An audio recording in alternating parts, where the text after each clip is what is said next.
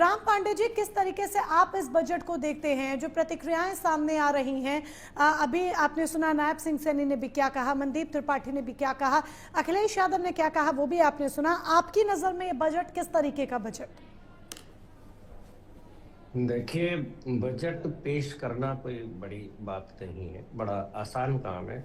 28% तक जनता ने जो जीएसटी दिया है, 30% तक जनता ने इनकम टैक्स दिया है, टोल टैक्स दिया है, गाड़ियों पर टैक्स दिया है। कई तरह का टैक्स जब इकट्ठा होता है तो ये पैसा बनता है और इस पैसे को साल भर में खर्च किया जाता है। शिक्षा में कुछ परसेंटेज, स्वास्थ्य में कुछ परसेंटेज, इंफ्रास्ट्रक्चर में कुछ परसेंटेज, डिफेंस में कुछ परसेंटेज, 1-2% आप उसमें कम ज्यादा कर देते हैं और एक साल बाद इसके परिणाम देखेंगे। हाँ। तो एक साल बाद जो परिणाम देखेंगे उसकी चर्चा हम आज कर रहे हैं। तो चर्चा उस पर होनी चाहिए जो 12 बजट पेश हो चुके हैं या जो पिछले साल जो बजट पेश हो चुका था उसके क्या परिणाम हुए, उसका कुछ हमें फायदा मिला या नहीं मिला, जो ऑलरेडी हो चुका है। तो यदि जो भारतीय जनता पार्टी के जो नेता हैं, मंत्री हैं, मुख्यमंत्री हैं, वित्त मंत्री हैं, तो उन्हें पहले ये बताना चाहिए था कि जो 2025-26 का जो बजट था 50 लाख 55 लाख करोड़ रुपया, वो 55 लाख करोड़ रुपया कहाँ चला गया। यदि आपने उसका सदुपयोग किया तो फिर जो डॉलर की कीमत है 52 रुपए क्यों हो गई? डॉलर ऑलरेडी गिर रहा है, डॉलर गिर रहा है और डॉलर के मुकाबले रुपया गिर रहा है। तो इससे आप अंदाजा लगा सकते हैं कि रुपया किस हद तक गिर रहा है, भारत की इकोनॉमी किस हद तक ध्वस्त हो रही है।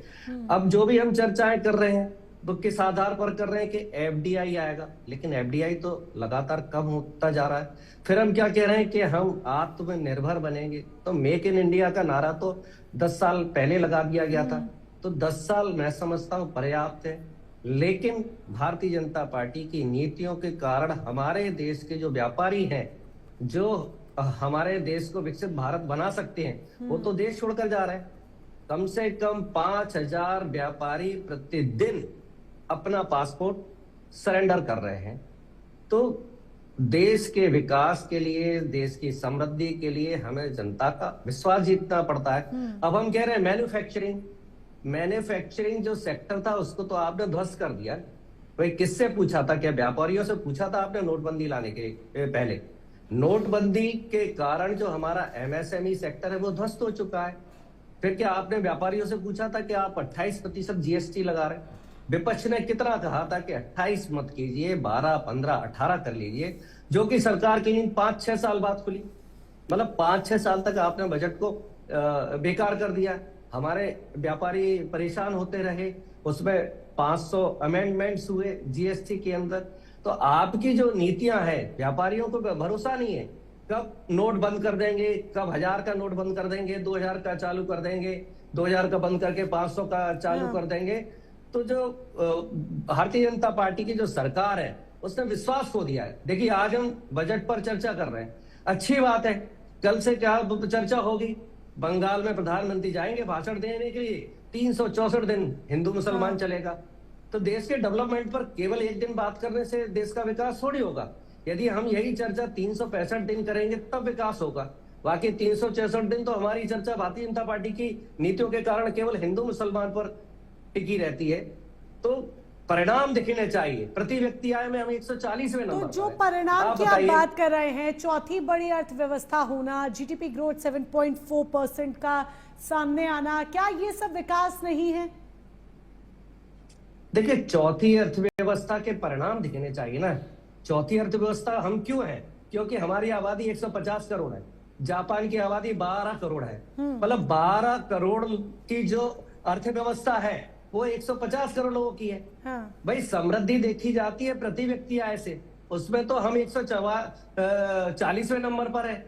समृद्धि देखी जाती है डॉलर और रुपए के या यूरो और रुपए के कंपैरिजन से, तो उसमें तो हमारा रुपया लगातार गिरता जा रहा है। और ये भारतीय जनता पार्टी के शब्द हैं, नरेंद्र मोदी जी के शब्द हैं कि देश की गर्मा गिरती है यदि रुपया गिरता है। तो आप देखिए, ये हालात हो चुके हैं कि भारत सरकार को लगातार सोना खरीदना पड़ रहा है कि हमारा जो रुपया है वो कंट्रोल हो जाए। तो लगातार सोना खरीद रही, तो सोना खरीदने से नुकसान किसका हो रहा है? आम जनता का घर में शादियां हैं, शादियों का सीजन है, लोग अपने बहू बेटी के लिए सोना नहीं खरीद पा रहे हैं। बताइए कहाँ जा रहा है? जो 2014 में जो सोने का रेट 25,000 था, आज वो 1,50,000, 1,60,000, 1,70,000, 1,80,000, फिर 1,60,000। मतलब कितना ज्यादा फ्लक्चुएशन है। ये इतना ज्यादा फ्लक्चुएशन क्यों आ रहा है? क्योंकि हमारी अर्थव्यवस्था कहीं ना कहीं गड़बड़ आ रही है सरकार की नीतियों के कारण। और आप देखिए ये सेंसेक्स धड़ाम क्यों जा रहा है? भाई उनको भी विश्वास नहीं रहा, जो टॉप क्लास के जो उद्योगपति थे, अब उनको भी इस सरकार पर विश्वास नहीं रहा। मध्यम वर्गीय को तो एमएसएमई बंद करके ध्वस्त कर दिया। शेयर बाजार का गिरना, वो भी भाषण के दौरान ही शेयर बाजार का गिरना और गिरावट दर्ज होना, ये वाकई में एक बड़ी बात है। साथ ही राम पांडे जी भी हमारे साथ लगातार कनेक्टेड है। राम पांडे जी का रुख कर लेते हैं। राम पांडे जी, देखिए आपने बेशक ये बात कहा कि अभी ये तो इस पूरे साल हम देखेंगे जो अनाउंसमेंट्स हुई हैं क्या होता है, फिर अगले साल आकलन करेंगे। पिछले साल का आकलन हमें अभी करना चाहिए, लेकिन अभी आज जब बजट पेश हुआ है तो जनता इसके बारे में जानना समझना चाहती है, ये जाहिर सी बात है। तो सवाल मेरा आपसे ये है कि क्या आपको लगता है ये जो बजट है, ओवरऑल जो अनाउंसमेंट्स हुई हैं, भाषण दिया गया है, ये धरातल पर इसको अमली जामा पहनाना सही होगा, आसान होगा, या फिर कुछ चुनौतियां हैं जो कि पेश आ सकती हैं? सरकार की नीयत अच्छी नहीं है। सरकार की नीयत केवल भाषण देने की है और भाषण देने के बाद वोट लेने की है। सरकार की नीयत इम्प्लीमेंटेशन की नहीं है। सरकार की जो नीयत है व्यापारियों का दिल जीतने के लिए नहीं है। सरकार की नीयत है व्यापारियों में दहशत फैलाने की। अभी देखिए इनकम टैक्स का छापा पड़ा एक उद्योगपति के यहाँ। सोचिए 9,000 करोड़ रुपए का वो उद्योगपति था और इनकम टैक्स अफसर के सामने जहां छापा पड़ा उसी दौरान वो गोली मार लेता है या मार दी जाती है, वो मर जाता है। ठीक है, ईडी सीबीआई इनकम टैक्स के छापे नेताओं के यहाँ तो पड़ते ही हैं, और जो भारतीय जनता पार्टी को चंदा नहीं देता उनके यहाँ भी पड़ते हैं। तो उद्योगपतियों को बहुत हताश किया जा रहा है, डराया जा रहा है, धमकाया जा रहा है, इसलिए वो सोना भी खरीद रहे हैं। सोना जो बढ़ने का एक काम और ये भी है कि वो सोच रहे हैं फैक्ट्री डालने के बजाय हमें 50 जगह हमें पैसा देना पड़ेगा, 50 जगह हमारी फाइल घूमेगी, 50 गुंडे हमें परेशान करेंगे, फैक्ट्री से प्रॉफिट आएगा कि नहीं आएगा, तो उसके बजाय वो सोना ज्यादा खरीद रहे हैं। हाँ। फिर अभी हम बार बार सुन रहे हैं कि जीडीपी ग्रोथ बढ़ रही है, जीडीपी ग्रोथ बढ़ रही है। अरे मनमोहन सिंह जी के टाइम पर 8, 9, 10% तक चली गई थी, आज हम 6-7 पर ही अटके हुए हैं। और उसमें भी आईएमएफ कह रहा है कि भारत सरकार जो आंकड़े देती है उन पर विश्वास नहीं किया जा सकता, इनको थर्ड कैटेगरी में डाला जाता है भारत सरकार के आंकड़ों को। ये आईएमएफ की बातें हैं। चलिए मान लिया कि 7% जीडीपी भी रहेगी। अब ये बार बार कह रहे हैं 2047 तक विकसित भारत रहेगा, तो 7% जीडीपी से तो नहीं रह सकता है ना। उसके लिए कम से कम 15% की ग्रोथ चाहिए जीडीपी में, तब हम 2047 तक विकसित भारत बन पाएंगे। फिर 2047 की जब चर्चा हो रही है तो एक साथ 2047 तक का ही बजट दे दीजिए। तो 2047 के नाम पर भी ये बार बार जुमला दिखाते हैं। फिर हमारा जो इंपोर्ट एक्सपोर्ट है, आप देखिए जब तक हम एक्सपोर्ट ज्यादा नहीं करेंगे तब तक हमारी सही ग्रोथ नहीं मानी जाएगी, हमारा सही डेवलपमेंट नहीं माना जाएगा। हम इंपोर्ट बहुत ज्यादा कर रहे हैं, एक्सपोर्ट हम बहुत कम कर रहे हैं। बताइए चीन से हम कितना ज्यादा इंपोर्ट कर रहे हैं, दुनिया भर से हम इंपोर्ट कर रहे हैं, एक्सपोर्ट के मामले में हम बहुत कम है, और इसके कारण हमारा कर्जा बढ़ता जा रहा है। अब देखिए हम $4 ट्रिलियन इकोनॉमी की बात करते हैं, ये तो 2022 की बात थी ना, आज हम 4 साल पीछे चले गए। यदि $4 ट्रिलियन इकोनॉमी, वो $5 ट्रिलियन इकोनॉमी यदि 2022 में 5 ट्रिलियन हो जाती तो आज हम $10 ट्रिलियन की इकोनॉमी की बात करते। जो बात हम 2022 में कर रहे हैं वही कर रहे हैं, और जितने $1 ट्रिलियन इकोनॉमी की बात कर रहे हैं लगभग उतने ही $1 ट्रिलियन का हमारे ऊपर कर्जा है। अब प्रत्येक भारतीय के ऊपर 1.5 लाख से 2 लाख रुपए तक का कर्जा है, तो सारा भारतीय कर्ज में, भारत सरकार कर्ज में है। तो कर्ज लेकर इतना ज्यादा घी पीना ठीक नहीं है।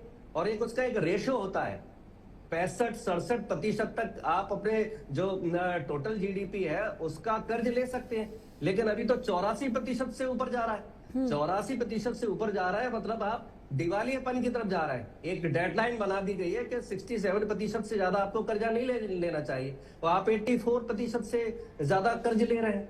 मतलब मनदीप त्रिपाठी जी आप ही जवाब देंगे। बोलिए राम पांडे जी, कंप्लीट कीजिए। हाँ, मतलब 1 लाख करोड़ से 2 लाख करोड़ रुपया प्रतिदिन प्रति मंथ भारत सरकार कर्ज ले रही है।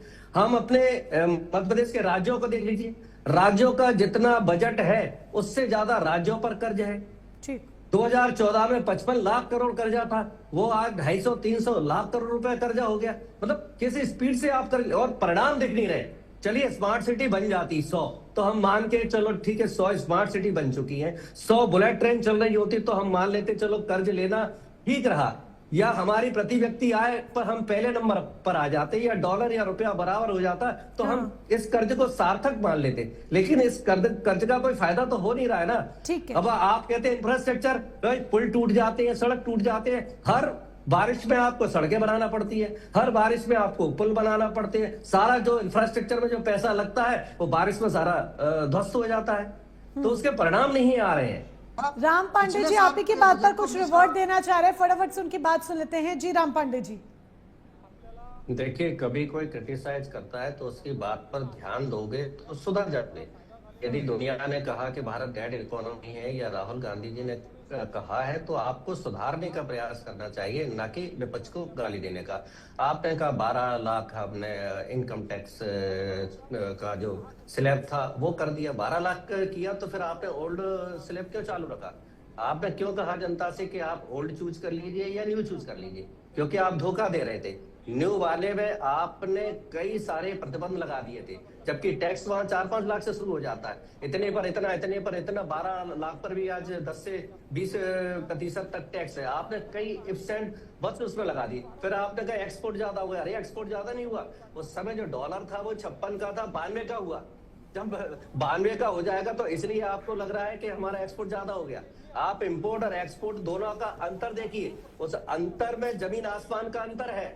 हम चाइना को या दुनिया को कितना एक्सपोर्ट कर रहे हैं भाई, एक टेक्सटाइल कर रहे हैं, कुछ दवाएं कर रहे हैं, दवाओं का मटेरियल भी हम चाइना से ले रहे हैं। वो जो टेक्सटाइल जो कर रहे थे वो हमने बंद कर दिया, अमेरिका ने 50% टैरिफ लगा दिया, तो हम यूरोपियन कंट्री पर चले गए। यूरोपियन कंट्रीज के साथ आपने जब ट्रेड डील की तो उनका यूरो का दाम तो बढ़ गया, आपका रुपए का दाम कीमत फिर गिर गई। मतलब यूरो के मुकाबले भी रुपए की कीमत आपने गिरा ली जैसे ट्रेड डील हुई। आपने डॉलर के मुकाबले, तो हिंदुस्तान के लोग जाएंगे कहाँ जब ये रुपया हमारा लगातार गिरता जाएगा? रुपया गिरने का मतलब केवल कहने से नहीं होता है, इसका मतलब होता है कि हमारी अर्थव्यवस्था चौपट हो रही है। जब हम चौपट बोल रहे हैं तो आप सुधरने का प्रयास कीजिए, ये मत कीजिए कि हम आपको गाली दे रहे हैं या हम आपको क्रिटिसाइज कर रहे हैं। हम आपको सुधारने का और सुधरने का